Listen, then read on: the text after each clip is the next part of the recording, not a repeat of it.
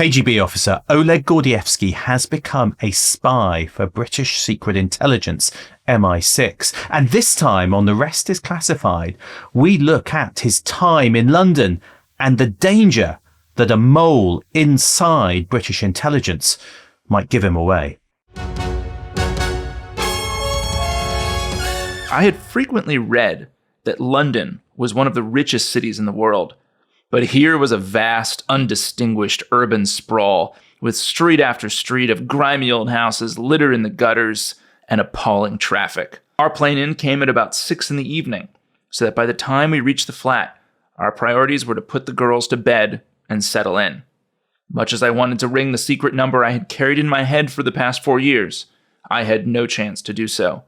I knew nothing about our surroundings and had no idea who might be watching us or from where. Welcome to The Rest is Classified. I am David McCloskey.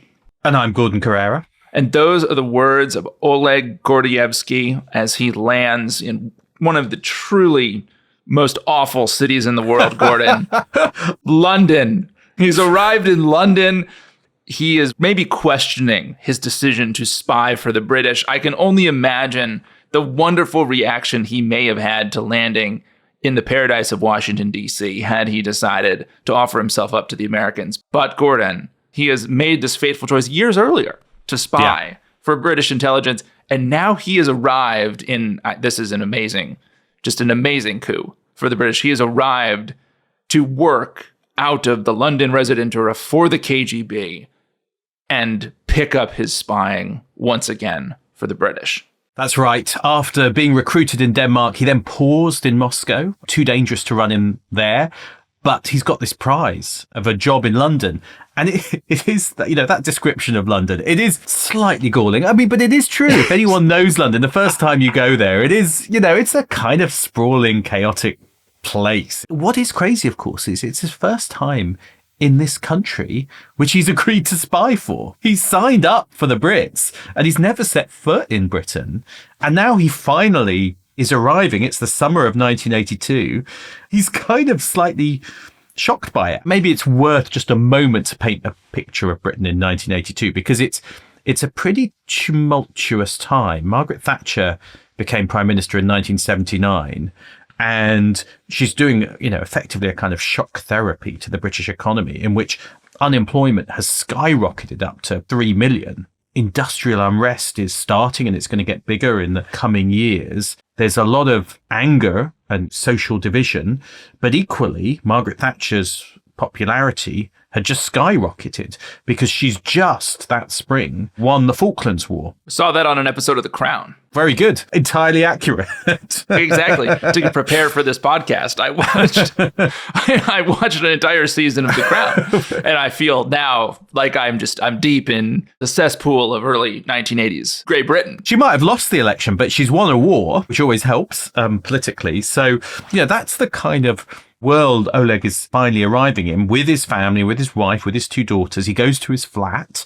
He's given one of these KGB flats. It's actually small and dark. It's not just not as nice as Copenhagen, but not even as nice as his Moscow flat, which is saying something. That's a little surprising. It is, but I think it's a Soviet flat in London rather than just a random London flat. Yeah, that's fair. It's in West London because the embassy is in Kensington Palace Gardens.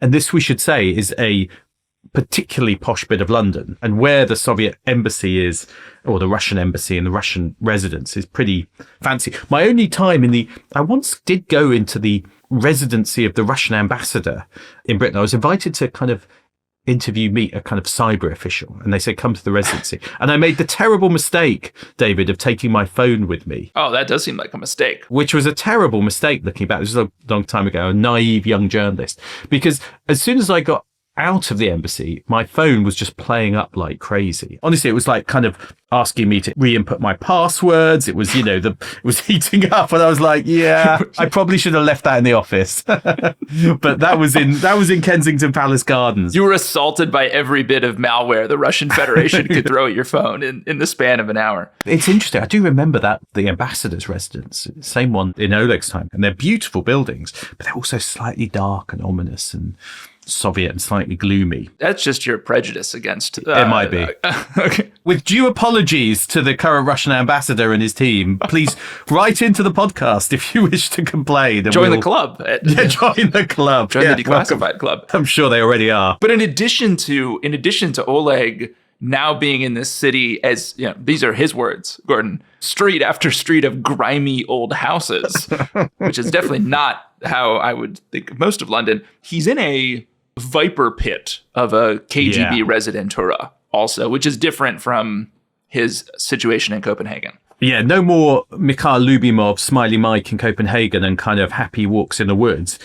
London, the KGB station, the residentura in London is, as you said, it's a viper pit. It's full of kind of intrigue, backbiting, egos. There's this figure called Arkady Guk, who is the resident. He hates intellectuals, hates people who read books, people like our Oleg. He spends his day, I love this image, he spends his days in his office with the head of the counterintelligence team, drinking vodka out of tumblers and gossiping and plotting, especially against their own ambassador. That's one person they're really plotting against is the Soviet ambassador to London, if you're the KGB station chief. So it's not a happy place. And Gordievsky is this kind of young upstart. At that point, he's the number 2 in Line PR, which is political reporting. But on his second night in London, Gordievsky walks to nearby Notting Hill. I think those days it was still a bit rougher, but these days he'd be kind of mixing in with the tourists taking selfies of pastel-coloured houses. Doubles back, turns down roads, walks into a pub. The Portobello Road Market, Gordon. Yeah, exactly. Probably get some bargains in those days. Down a side street, and he finds a red phone box. What else? And he calls a number. And this is the number he's memorized. And it's interesting. It's a tape recording is waiting on the other end. And the tape recording has the voice of his former case officer. So clearly they've got this set up because, of course, you don't know when he's going to call or when he's going to arrive or when he's going to be able to do it. So you can't have someone sitting by the phone waiting. You have an answering machine, I guess, effectively, ready to go, saying, "Hello, Oleg. Welcome to London. Thank you so much for calling. We look forward to seeing you. Meanwhile, take a few days to relax and settle in. Let's be in touch at the beginning of July." That's nice. Personal touch. Yeah, it's a personal touch. He's a bit disappointed, I guess, because he's not speaking to someone live, but it's the voice he remembers from Copenhagen. I mean, that must be amazing after all those years. So the next time he calls, a few days later, it's routed to the 12th floor of Century House. That's MI6 headquarters. Was in Lambeth, south side of the river, grimy building. Lots of people who worked in it thought it would not have been out of place in the Soviet Union. It was that grimy. Although, as we've heard, London's pretty grimy at that time. Grimy street after grimy street, and your spy headquarters is covered in grime. I'll remind you of that next time you come to London, David. The call gets routed to the Russia team on the 12th floor, and his former handler from Denmark answers and tells him they're going to meet the next day at the Holiday Inn on Sloane Street, another fancy bit of kind of West London, kind of near Harrods department store. Also grime-soaked. Not grime-soaked at those days. Sorry, Harrods. I think even in those days, although those days it was run by a dodgy boss, but there we go. So he arrives in the lobby of the Holiday Inn. He spots his old handler, who's actually come back from abroad to meet him. There's also a woman. We'll come back to the woman in a minute. They get up when they see him. They go to the back of the hotel, then the hotel car park. He follows them, gets into the car, and then they drive to a safe flat in Bayswater, also still in West London. It's got an underground car park, which is useful, and it's close to the Soviet embassy, Kensington Palace Gardens. He could get there quickly in the future if he needs to, but hopefully not so close he's going to bump into people. Now, he's introduced to the woman. It's the first time Oleg has met her, but she's known all about him for years. If you read his memoir, she's given a different name. I think it's Joan. Now, the woman in question was a woman called Valerie Petit, and she died in 2020, aged 90. And at that point, her name became public and her role in the Gordievsky case. And there was an obituary of her which kind of revealed it all. Maybe it's worth saying now, there is a kind of custom within, well, not custom, kind of a view which is about not naming MI6 officers who are, still alive, unless, and we'll come back to this, they've outed themselves. And that will be the case with some of the people in this story. Or they're the chief. Or they're the chief, exactly. The chief of MI6 is out, but while they're still alive, there's a kind of caution about naming them for operational reasons. But in Valerie's case, when she was died, her role got revealed. Interesting woman, born 1929, goes to university, joins the Foreign Office, transfers to MI6. She is described as having a genteel, mild-mannered home counties exterior. Can you translate that for me?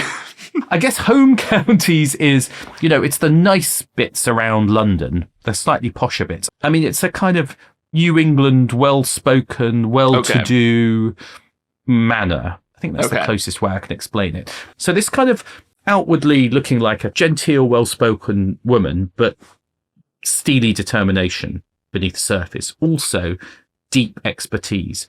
I mean, one of the few women to rise up the ranks. There were women in MI6, but very few rise up the ranks in the Cold War period, unless you were particularly capable, I think, and particularly strong-willed. It's a pretty sexist organization. Old boys kind of environment. Old boys club. Women for many years were not allowed onto the kind of fast stream of MI6. So there's a fast stream and there's a general officer rank, and she would have come through the general officer rank rather than in the fast stream. But from 1978, she's read in on the Gordievsky case as she's working as a deputy to what's called P5. And P5 is the designation for the person in the team running Soviet cases wherever they are. And they're up on the 12th floor of Century House.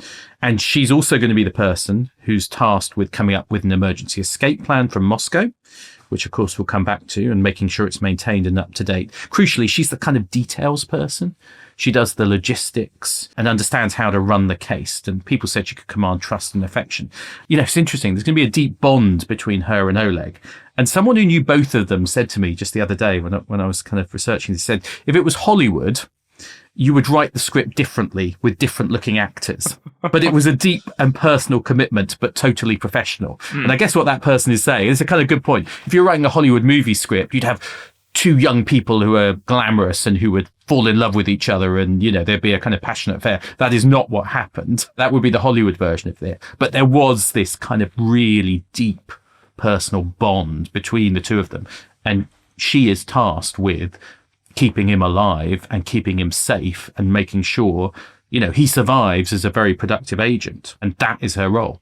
And she's not his case officer, though. It sounds like she's kind of managing, though, a lot of the tradecraft around the case. Yeah. Is that fair? Yeah. And that she is dealing with a lot of the details around, I don't know, everything from, tradecraft, combo plan, tasking. What do we actually ask this guy? And how does that connect to sort of broader intelligence requirements? It sounds like, frankly, she's doing most of the work. Yeah. From the MI6 side. Is that right? Yeah. She's not running him, but she's almost running and managing the case and the logistics around it. And Gordievsky is meeting her now for the first time. He's been told they're going to meet once a month in this flat during his lunch hour. He already starts telling people some of these secrets he's got burned in his head. Can you imagine? He's got so much from his time in Moscow. Now, his handler is going to explain that he's now abroad. He's got a different posting. So he's going to pass Gordievsky over to a new case officer. So the person who's actually going to run him day to day. Kind of always a delicate moment. We've seen previously in the previous episodes that can go wrong. Relationship has got to work, but this one's going to work. Gordievsky's new case officer, interesting person. He's only in his mid-30s. Dark hair starting to recede. A details man, a bit like Gordievsky, natural empathy, and speaks Russian, which meant Gordievsky took to him straight away. So this is another person I'm going to name, even though he's still around, because this was John Scarlet. John Scarlet may be known to people because he's eventually going to become the head of MI6 in the 2000s and rise to become the chief C. He has never, I should say this clearly, has never officially, overtly confirmed that he was Gordievsky's case officer in London. He is not supposed to. Gordievsky, so this is interesting, has never been officially acknowledged, this is crazy, as an agent of MI6. I mean, it's kind of wild, but they still hold to the neither confirm nor deny, we're not going to mention him, even though so many books have been written about it, even though Oleg writes a memoir about his relationship with MI6, and, lots of people talk about it. So it's an oddity of the British system, but Scarlet has never confirmed this, but it's widely known and understood. and his name is out there. And Scarlet, doctor's son, grown up in South London, good man, reads history at Oxford, another good man, before joining MI6. I thought you lived in Kensington, Gordon. In a grubby flat in Kensington. I couldn't afford a grubby flat in Kensington, that's for sure. South London is more my world. To get some real estate from the Soviet embassy to the Russian embassy to kind of make it work. And Scarlet is, again, he's interesting. In the last episode, we mentioned this guy, Harry Shergold, Shergy, who is the person who's reconstituting and rebuilding MI6's Russia or Sovblock operations, against the Soviet Union. And Scarlet is one of the people he plucks. And Shergy had this thing about he would look at new entrants and he would go, you are the right kind of person for Sovblock work. I'm going to take you and make you one of those people. And Shergy had this amazing reputation.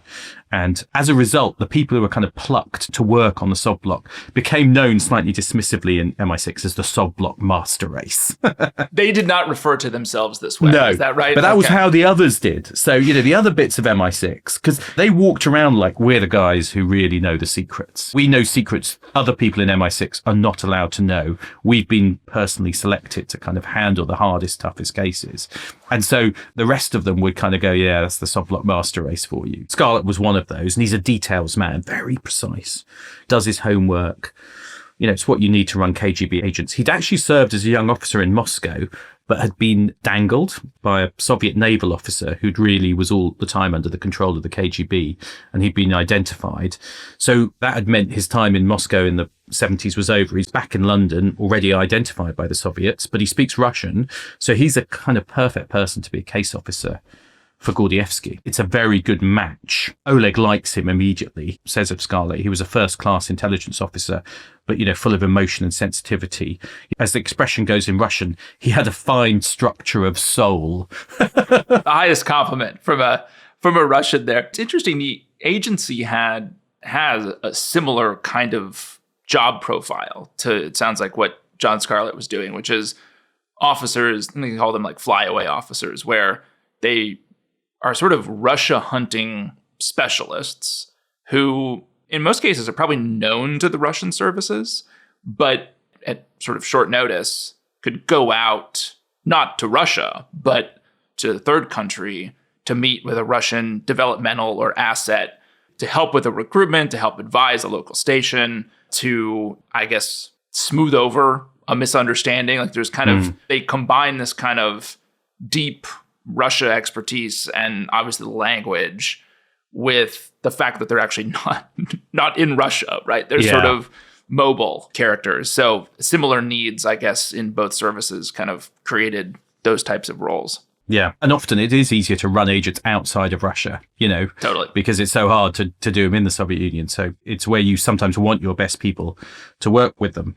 And Gordievsky would come to these meetings. He'd arrive by car during his lunch hour with whatever documents he could take, few sandwiches, bottle of beer, waiting along the table, tape recorder. They only had an hour or so. So Valerie would photograph and copy the documents that Gordievsky had bought, while Scarlet and Gordievsky talked together in Russian to kind of speed things up and keep it accurate. Scarlet would do this for kind of a couple of years. I mean, eventually, right at the end, he's going to be rotated out, although Valerie kind of remains as the person in the room doing the logistics. And Oleg is just kind of spilling secrets at this point. And everyone who meets him says he was the best agent they ever dealt with. His discipline, his understanding, his motivation, everything about him is just so disciplined.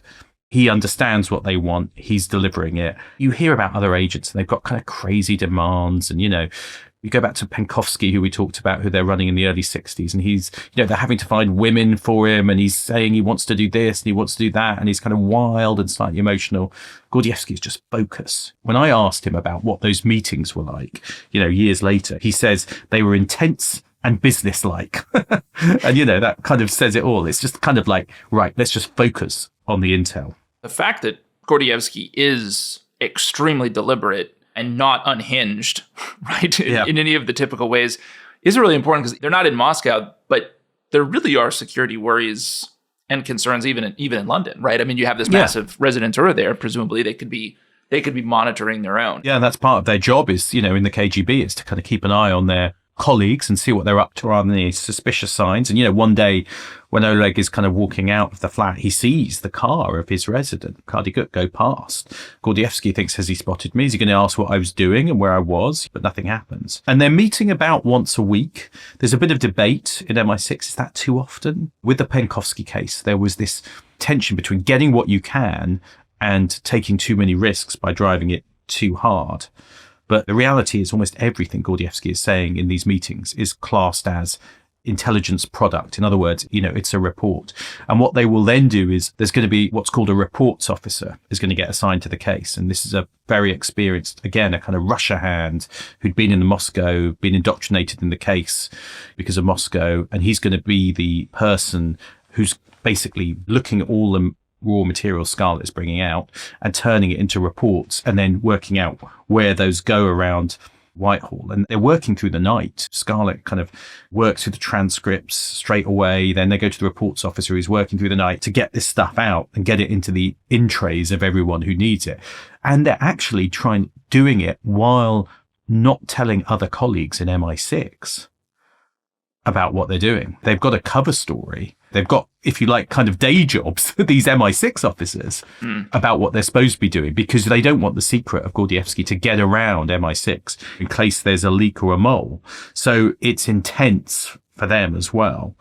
And, they will say there's never anything like it because it was just this kind of gusher of intelligence which is coming out. How tight was the circle inside SIS, the people who actually knew about the case or even knew who Gordievsky was? I think very few. I mean, just within Russia House and then at the very top. And even within Russia House, I think they were pretty careful about what it was, because I think they know that that's where some of the danger lies. That's how cases get blown, is when word gets out. And I think, one of the advantages they've got is Gordievsky is more emotionally stable. He's more disciplined. I always one person said to me, this is someone who sat with him and talked to him a lot, and they said, it was like there was someone in the control room of Gordievsky's own head, kind of controlling him.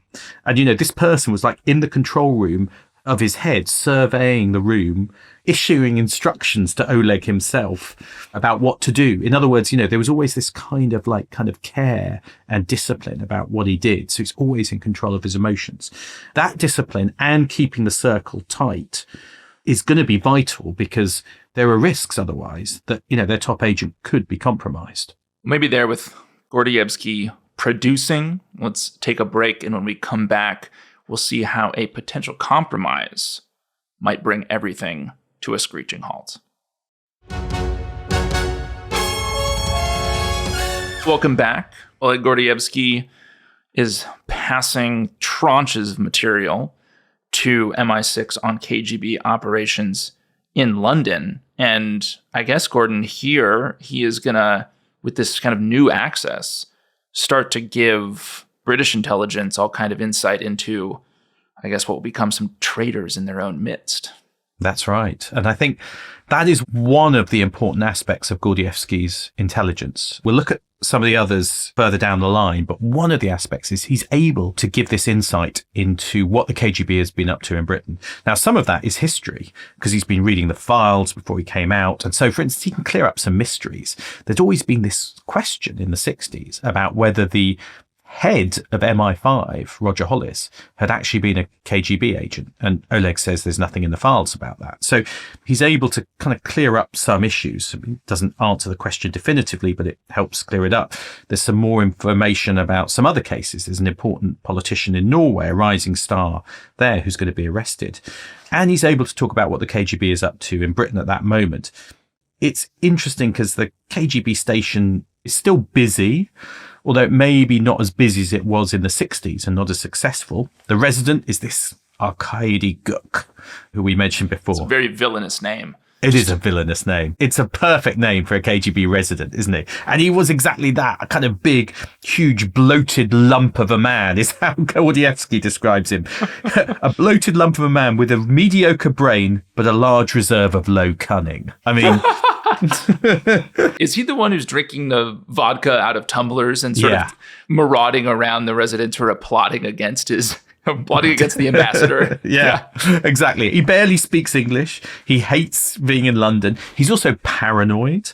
He thinks everything happening in the world is a plot by MI6 and the CIA. He's so paranoid, he orders his staff not to use the underground, the tube, because he said that behind the advertisement panels along the walls of underground stations were glass-fronted booths in which sat members of MI5 spying on the KGB. And it's just like... He's a KGB villain out of central casting, really, for a spy novel. Like, as we're talking about him, it seems so stereotypical that actually, I think if I wrote this character in a book, someone would be like, come on, this is a cartoon. This is too much. Yeah. This is too much. That's him. And of course, he dislikes Gordievsky because Gordievsky is cultured intellectual. And also, Gordievsky's kind of, young guy on the rise. It's a kind of paranoid embassy. It's claustrophobic.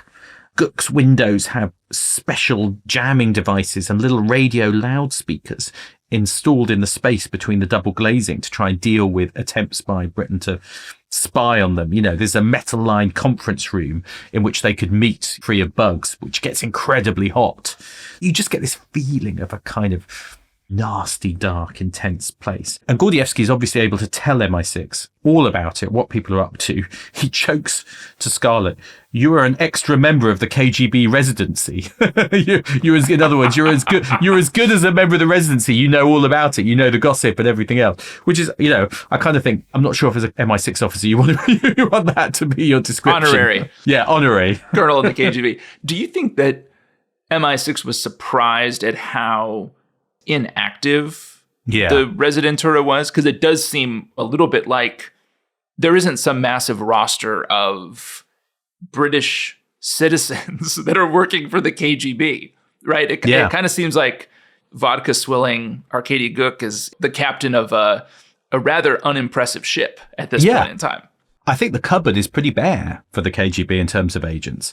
And what successes there are kind of exaggerated. There's only like half a dozen or so really good agents, and a lot of them are focused on scientific and technical intelligence. There's not a kind of Kim Philby at this point. Lots of paper agents, and they're on the books to make officers look busy to Moscow. Ever heard of that happening in an intelligence agency, David? It would never happen at the Central Intelligence Agency, Gordon, but I've heard of it happening in other lesser intelligence agencies. Of course. There's also this interesting thing where the gradations of CIA officers, yes, I got it. KGB agents. Doesn't it just feel better to say those three letters, Gordon? Always. I spent too much time with you. Because what they've got is you've got a fully paid up agent, but then you've got kind of categories below that where you're trying to recruit someone, you're trying to develop them, and then you've got this level of what are called confidential contacts, which is a level below being a recruited agent. This is interesting, and this has been one of the kind of slightly complicated things about Gordievsky's work, because confidential contacts are someone the KGB might take out for lunch. They might have a gossip with, write up a report about it. It's kind of stuff diplomats and journalists do. That person might not know that the person they're meeting is a KGB officer or that it's going to be written up. Some might receive a fat envelope with cash now and again. Seems like an indication that... Which would be an indication. But often, the KGB officer is reporting back, well, I've got this confidential contact. Name's Gordon at the BBC. I'm having lunch with him every week. And, we're going out for a few more lunches and I'm sure he'll be useful one day. But he's not quite an agent yet. But, I just need to have another fancy lunch with him. There's an element in which they're playing a game, the KGB officers, because they want to make it look like they're busy and they might be about to recruit someone. And they frankly want a nice fancy lunch. So they're slightly exaggerating and inflating the contacts and putting them down as confidential contacts in order to kind of make themselves look good. The reality in this period, I think it's still true today for the most part, is that a case officer, be they inside the KGB, SIS, the CIA, the incentive is really around quantity of reports and recruitments, even fake ones and scare quotes, as opposed to quality. And obviously there's a balance, but I think that's why you get these kind of behaviors, right? Is like when you get down to the level of the case officer, they have a tremendous incentive to just jack up the numbers and not necessarily to spend a huge amount of time and energy on just a small number of potential really juicy developmentals or confidential contacts who could turn into recruited assets, right? So the numbers game, I think it's really part of the business, right? Yeah. And kind of embedded in the way that the incentives are structured for a lot of these just, line case officers. Yeah, I think that's right. Oleg is going to kind of reveal all these different confidential contacts and the different nature of them. Some of them, I have to say, it's going to be quite controversial because there are a series of left-wing politicians and union members who are alleged to have had contact with the KGB. And one example, which will become particularly sensitive, but I think it's worth talking through, is that it turns out the editor of a left-wing newspaper called Tribune back in the 50s and 60s was in contact with the KGB. That's what Oleg is going to say. Come back to this. The problem is that by the time you get to the early 1980s, that left-wing journalist is now the leader of the Labour Party, Michael Foot. Now, there's real ambiguity about the nature of that contact. It goes back to this point about, is a lunch, what's passed, what's the nature of it. Michael Foot, of course, has no access to any secrets. He's not betraying any secrets. And he seems to have stopped meeting around the time of the Prague Spring and became much more anti-Soviet. But when this later comes out through Oleg's memoir, which we've mentioned, Michael Foot will sue for libel of being accused of being an agent, because that's what the headline is going to be. And he's going to win that libel case. So that gives you an example of, just how sensitive and complicated these relationships are and what was the true nature of it. So there's no allegation that Michael Foot was a spy or a conscious agent, in that sense. But of course, in the early 80s, even that claim from Oleg, which is going into MI6, that this person was a contact in some way of the KGB, now that is super sensitive because it's 1982. Potential political ammunition, right? There is a general election coming up in which this person is a candidate to be prime minister. And of course, the question is, who do you tell about this? What do you tell to people? Now, Ben McIntyre's book, should credit that, Spy and the Traitor, which details the Gordievsky case brilliantly. Ben, in his book, says that MI6 tell the cabinet secretary about this fact of this contact, but then the cabinet secretary does not tell the prime minister, Margaret Thatcher. The reason is the fear of it being used politically, the fear that someone will go, okay, there was some contact here, we're going to use that to smear him in the election campaign. And so it's kept within a very tight circle, this intelligence about whatever that contact was. I don't know. I mean, to me, it feels reminiscent of, we won't go into too much detail, but of recent questions about dossiers, politicians' contact with Moscow, all feels quite redolent of the ability to use contacts to attack someone and the kind of the sensitivities around it and how you interpret contacts between someone and a foreign government or the KGB when it's not always clear what it was. So I think, it's very interesting in that sense in the Gordievsky case. But there's also going to be, and I guess this is really the sort of crown jewels of what an asset like Gordievsky might provide.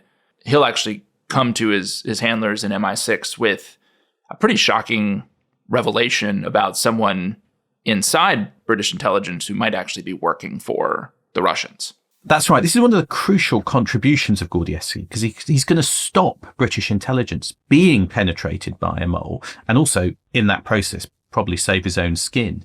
Because in June 1983, Arkady Guk, our big hulking resident, sloshes vodka all over him as the yeah, tumbler exactly. is thrust at Gordievsky. Yes. And he says, Oleg, would you like to see something? This is my Russian accent, by the way, David. Would you like to see something exceptional? Gordievsky goes, yes. And he shows Gordievsky a British document outlining the order of battle. In other words, the makeup of the KGB and GRU military intelligence station in London. So it names who is suspected and who is known of being a KGB officer in London. And it's clearly a British document. And Oleg can see his own name is down as more or less identified. In other words, whoever wrote this thinks he is, but isn't sure. And it looks like it comes from MI5 and particularly K branch. And K branch is the counter-espionage branch tasked with spying on the Soviet Union and on its embassies in London, at least. Their job is to kind of create that order of battle of the Soviet embassy in London and stand it. And Guk reveals to Gordievsky it's been pushed through the letterbox of his home. It's the second packet to arrive. The first came on Easter Sunday, which is interesting because someone obviously picked that thinking less surveillance. And the letter accompanying that suggested a dead drop at the cistern of a cinema toilet on Oxford Street. Classy. And was signed Koba, which was the name Stalin had used before the revolution. So someone has tried twice now to pass MI5 documents to the Soviet residents. So Gurk, our man Gurk, this is a big win here. This should be great. Senior Gurk. Yeah. Yeah. Gurk should be like, this is great. I've got the chance to recruit a British intelligence official. A serving counterintelligence official. Should be party poppers, champagne. Seems obvious to me, but I guess, again, any time in this story, pretty much an intelligence officer is handed a gift, they immediately suspect that they're being played, right? Yeah. Obviously. Yeah, Exactly. And he's paranoid. Yeah, we've already established Guk is paranoid, everyone's spying on him on the underground. So he thinks it's a trap. He thinks it's a dangle. He thinks surveillance is everywhere. So he's convinced that his house must be under constant surveillance. So it'd be impossible for someone to do this and not be spotted. So it must be part of a game. And he also thinks, well, this guy is being clever passing on a staff list of the KGB in London. But of course, this is stuff that I know already. So it's chicken feed. In other words, it's stuff that is being given by MI5 as part of the dangle, which can be compromised without any fear. But actually, the person who's doing it turns out thought, no, I'm giving this because you can know that this is true because it's your staff list. It actually doesn't seem like you'd have to think that hard to get to the conclusion you just came to. But alas. Poor old Arkady Gurk. You almost feel sorry for the KGB resident in London at this point. But Gordievsky, of course, for him... This is terrifying. This is like the nightmare. This is the nightmare for an agent, isn't it? Is that there is someone within the organization you are spying for who wants to turn traitor and is trying to get in contact with your service. So he immediately calls a number for an emergency meeting. He goes to see MI6 and it's so interesting because he goes, okay, what game are you playing with Arkady Gurk? What's your game? What's the trap? And it's Valerie who goes, it's not, I don't know anything about a game. There's no game in progress. Appreciate that your Russian mind immediately went to a complex game of 4-dimensional chess between us and the resident. But in fact, it's actually much more alarming than that. Yeah. So she's like, nope, nothing in play. And so now they know they've got a huge problem because someone is offering themselves up as a mole. And what do you need? You need a mole hunt, David. You do.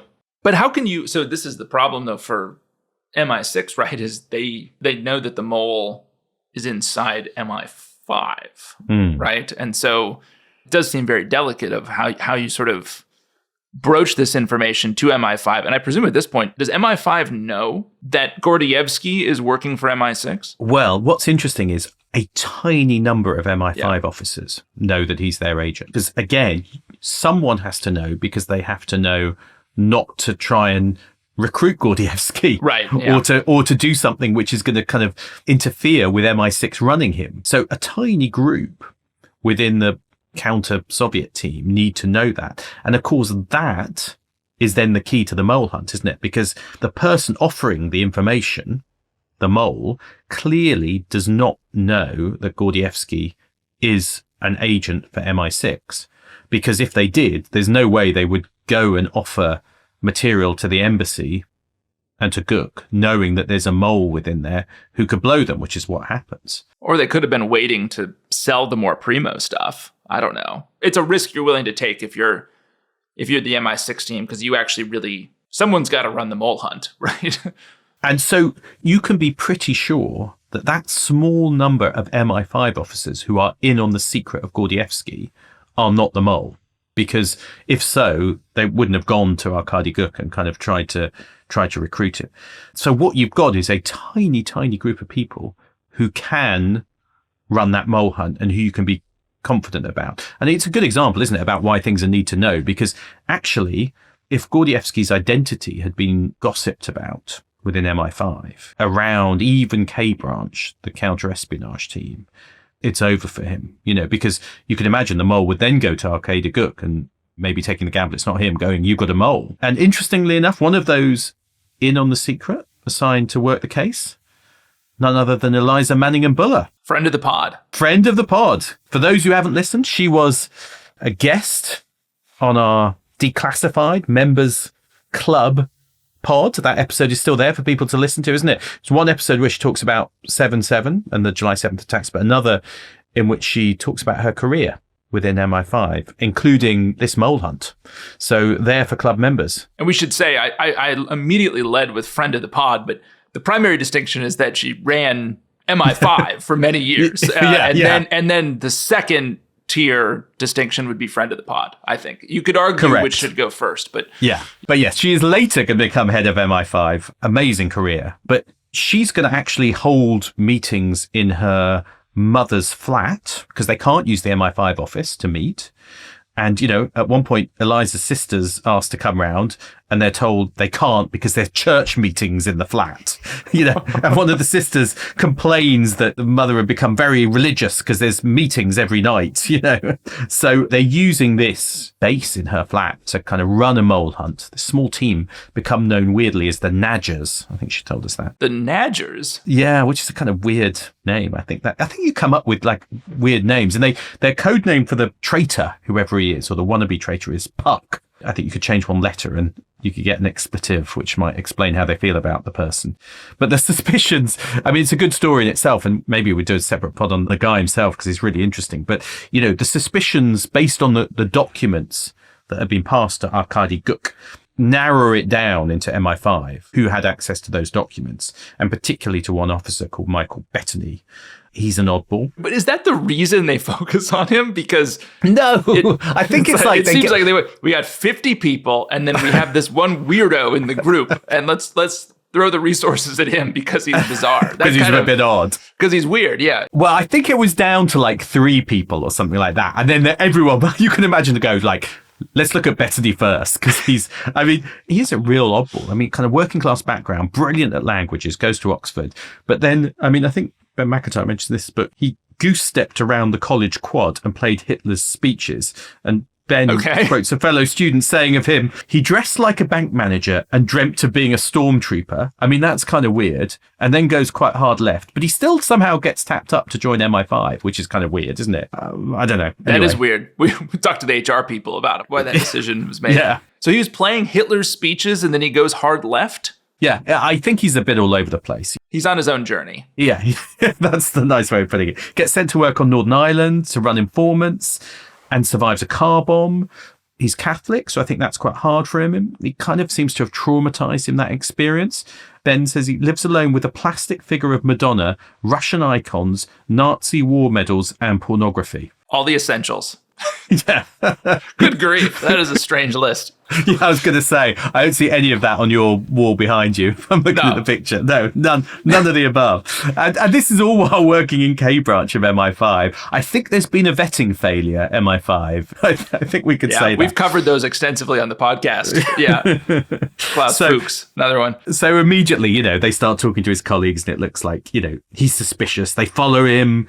They have his house broken into, looking for evidence. They don't find anything because everything's well hidden. He's getting a bit more desperate because, of course, Arkady Guk, the fool, has turned down this kind of hasn't done anything with these. So he's like dropping letters. He's calling up Arkady. He's like calling him up going, hello, I'm an MI5 officer. He just can't believe he's being ignored. It's crazy. And anyway, he then mentions to a colleague that he's planning to go to Vienna. And this kind of worries the mole hunters because they kind of go, they know that there's a known former KGB officer in London who's in Vienna and they think he's going to go. So the order is, let's interrogate him before he goes. Has to be done carefully because obviously you can't tip off the fact that Gordievsky is providing information. He's on a training course, asked to come to a meeting. The idea, it's interesting, is to talk him into a confession. It's back to that problem is they haven't got any evidence, and he's not actually been arrested. So he's not been read his rights. He's not got a lawyer, but they're just trying to kind of talk him into confessing. That's their best option. And they lay out the evidence before him. There's a photograph of Guk's door to suggest Betany might have been photographed because it was under surveillance. It wasn't. And then he slowly starts to crack. He starts to talk about hypothetical spies who might have done things. He says maybe if someone had done something, they'd have done it like this. He expresses some sympathy for Kim and George, that being Kim Philby and George Blake, who he clearly refers to in first name terms. And then he's kept overnight in a flat. He asked for a bottle of whiskey. Why doesn't he just leave? So I think they've given him the impression that he can't when he actually can. Because I guess if he walks, he's saying, I'm guilty. I agree. I think he's an oddball. I don't think there's any other way around it. The next morning, I like this detail, Eliza cooks him breakfast. I wonder what she made for him. We didn't ask her. We should ask her. I don't know. Do you think it's full English? I'd like to think. I think it's a full English breakfast. Black pudding. Do you eat your black pudding? I don't eat black pudding. Whenever I've had an English breakfast, I leave the black pudding. Yeah, I'm sorry, untouched. Traditionalists out there. But he doesn't eat the breakfast, but he's had the whiskey. He cracks. And he eventually says, I think I ought to make a clean breast of it. And he confesses. So thanks to Oleg, he has been vital, as well as our Guk's incompetence, in preventing, a new Philby, a new penetration of British intelligence. Betany will go on trial and be sentenced for 23 years. He actually died only back in 2018 after he was released from prison from alcohol. But, at the time, it's a pretty close shave for Oleg and, pretty important victory. Well, maybe there, Gordon, with Oleg having delivered the goods, I guess saved his own skin in the process. Let's break when we come back next time. We'll see how Oleg, I think, makes probably his biggest contribution to Britain and to the Cold War by really turning down the heat of the Cold War. But don't forget, don't be an Arkady Guk. Don't take this offer and just ignore it. Yeah, there is an offer. There is an offer coming through your letterbox. And that offer is to join the Declassified Club at therestisclassified.com and hear from Eliza Manning and Buller, lots of other fascinating spies. Hear this whole series. So don't be an Arkady Guk. Be a Oleg Gordievsky and join the club. Therestisclassified.com. We'll see you next time. See you next time.